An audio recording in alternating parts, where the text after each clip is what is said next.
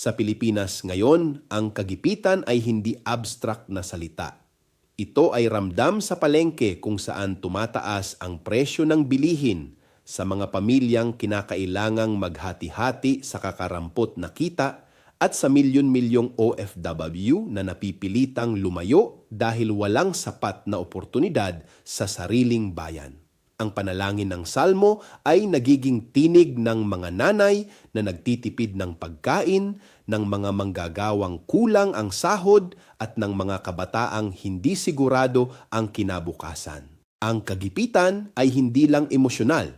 Ito ay struktural, nakaugat sa sistemang hindi pantay.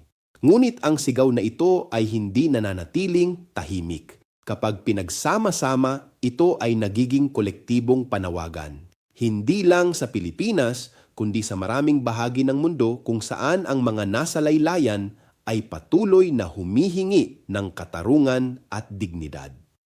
Ako si Bishop Tonyo, obispong migrante sa Europa, at ito ang pagninilay sa damdaming makabayan. Hanggang sa muli!